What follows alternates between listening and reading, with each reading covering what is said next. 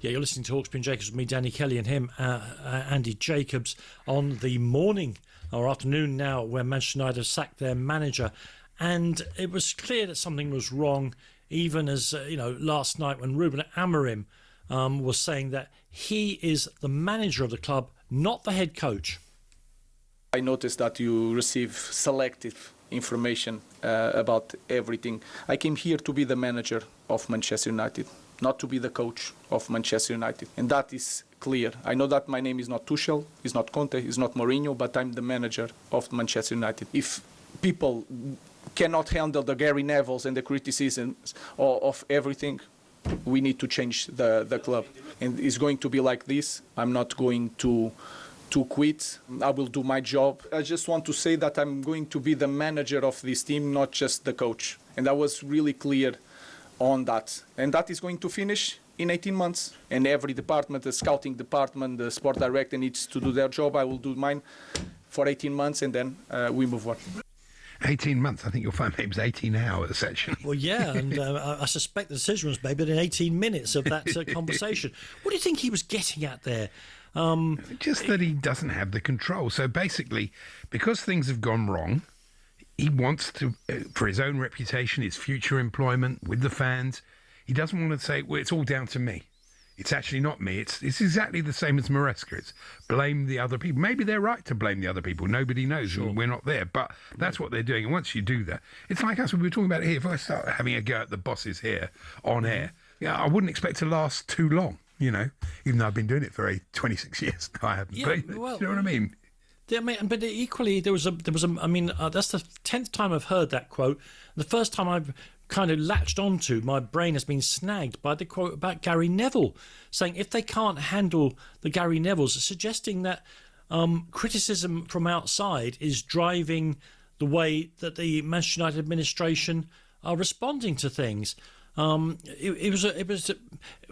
made the mistake there of being both very forthright in some ways, but also very cryptic in others.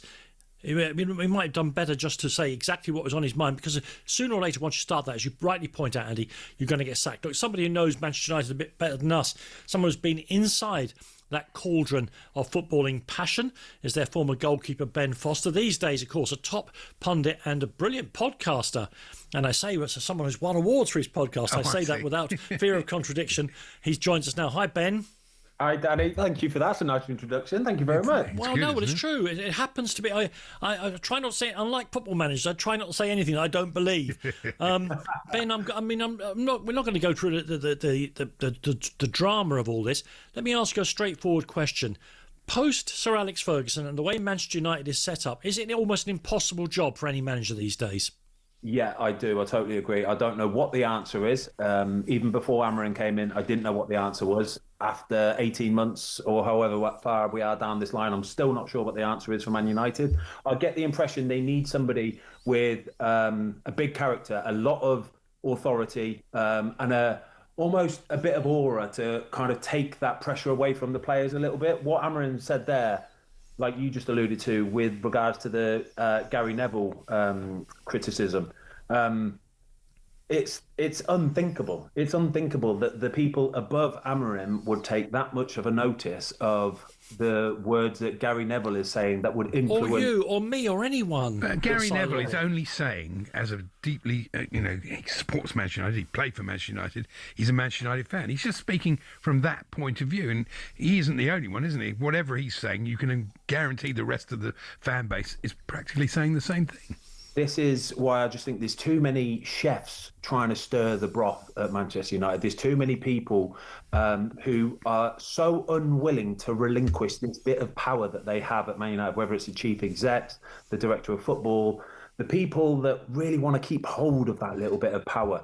No manager now will be able to come into Manchester United and just have full autonomy and the full say-so and be able to do whatever they want to do. There's too many shareholders involved, too much money involved nowadays. You're not going to get that at any of the top teams, probably in world football now, especially in the Premier League, the top 6-7 teams. There's too much money involved now that if you're coming into one of them teams, you're going to have to be prepared to give a little bit of leeway. And it is all about recruitment as well. In one sense, Mbeumo and Cunha were great signings, but weren't exactly what they needed. They already had Ahmad. I mean, I love Mbeumo, but they had Ahmad. And so we could all see what they needed, but they didn't address that. And in modern football, isn't it all? It's about the recruitment, it's about the results, it's about the style of football. If you get any of those three wrong, you're in trouble. You also need leaders as well. You need people with something between the ears, something that at certain moments in games, like Chelsea were crying out for a little bit yesterday in the Man City game, where you want somebody to, on pitch, be the manager and the captain and put their foot on the ball and calm it all down, be able to accept all this responsibility that comes with playing for Manchester United. Man United used to have a whole team full of them. They used to have 20 of those players behind the scenes. Now it seems they've got very few of it who can deal with playing, the pressure involved, especially of playing for Manchester United. It's very interesting. Danny and I were talking before the show about conventional wisdom in football. And at Chelsea, you know, they admire clubs like Brighton and Brentford. We all know that. But if you look at Brighton, they've got Welbeck. They just signed Pascal Gross. Brentford did a brilliant move signing Jordan Henderson. Sunderland signed Granit Xhaka. Everybody knows this, but these people think they know more than conventional football wisdom, which is why they won't ultimately succeed. I think the teams you mentioned as well, they've got a bit of succession planning, a bit of thought behind deals and transfers and managers, and they know what the future might look like for them a little bit. Everything just needs to be a little bit knee-jerk at Manchester United, responding to this, even with the injuries that Man United got. By the way, I think Man United are on a bit of an upward trend, by the way. You know, that you look at where they're only 3 points behind Liverpool, level on points with Chelsea. So they are on a bit of an upward trend. But I just think some of the players that have been brought in were probably forced in because of this 3-4-3 that the manager wanted to play.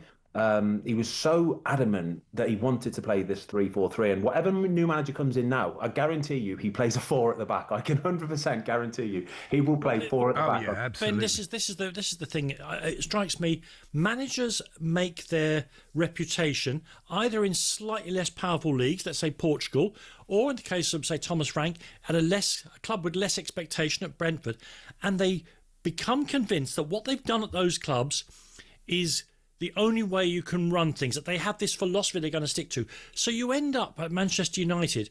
I watched a game the other day. They had 2 teenage centre-backs and Luke Shaw. That was their defence. That tells me they're one injury away from the reserve goalkeeper having to play at the back because he's so convinced he's got to play 3 players.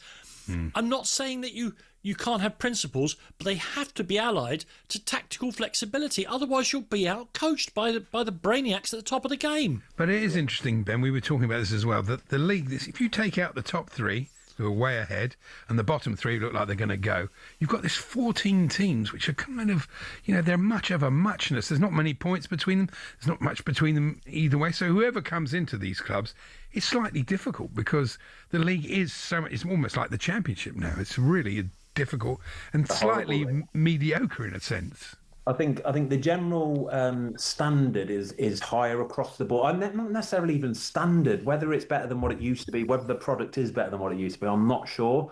But a lot of the teams just seem to be very much for muchness. And you just need, probably sometimes it might just be that inspirational manager or an inspirational captain, somebody that drags your team over the line. The amount of games I played in where it was a 0-0 draw. It had 0-0 draw written all over it. And then somebody stepped up and just did one thing that got us over the line. And they were always the games. They were the sweetest. They were, honestly. I remember Tony Pulis, after a 1-0 win one time, looking at me, and he said, "My favourite result in football." Sorry, that's my ring doorbell just going off. That was Tony. He was at the door. Yeah, better not be blooming. Yeah, he said, "My favourite result in football because they go away now. They're all on the coach now, and they're miserable because they knew they could have had something. They should have had something, but we got everything." And I used to think, yeah, I get that. That's beautiful. That is. Sometimes you just need a little bit of brilliance. But also the other thing to mention is that, you know, that managers go through earlier in the season, a couple of months ago, Glasner and Iriola. Oh, blimey, they're fantastic. I know those. Yeah. Everyone's got to have there'll be people want their great man. Look at their teams now. I mean, they're like 16th, 15th and 16th. You know, so I'm not saying they're bad managers, but I'm saying, you know, people get this sort of flavour of the month thing about them and everybody thinks they're brilliant. And then a couple of months later, you think, hello, they've lost 10 games in a row. You know, it's Liam odd. Rosenior is just about to get the Chelsea job off the back of his worst run in the French league with Strasbourg. Exactly. So I'm increasingly convinced that Amorim's a good manager. So is Thomas Frank. So are all these people. It's not a question in the Premier League of having a good manager or a bad manager. It's having the right manager that fits in with the philosophy of your club, the expectations of your fans, and then try and show a bit of progress on the pitch, because they can't all win, obviously. It's an amazingly mad league. Last question for you, Ben. Given what we say about the way Ineos run the club and the way these big clubs are all run, can Manchester United find a manager who can at least align the hopes of their fans with the realities of the way the club is? I'm not asking for a name here, but does such a person even exist anymore? Yeah, they can. They can find it. I don't think they can find it yet. I don't think anybody's available just yet either. It looks to me like it's going to be an instance of what they had with Ole Gunnar Solskjaer a few years back, where he took the reins for the remainder of the season, Darren Fletcher until the end of the season. Somebody that the players know, they like, they feel comfortable with. Somebody just to get the players with a smile back on their face again. Yes. And if you can see them into those Champions League places, you never know. But again, but further than that, I don't know what the answer is in football anymore. I don't know what makes. For me, it's somebody that's an authoritarian figure, somebody that I look at straight away and I respect and I want to run through a brick wall with. I have to throw one name in there. The best manager in the world for me at the minute is Unai Emery, and Aston Villa fans will hate me for saying this. I promise they'll hate me for saying, because they do not want to get rid of this guy, because he is right at the top. And I don't even know if he'd be interested in it either. But I don't think he would. He wouldn't have the control he's got at Villa. That's what makes him, such a great manager. Yeah.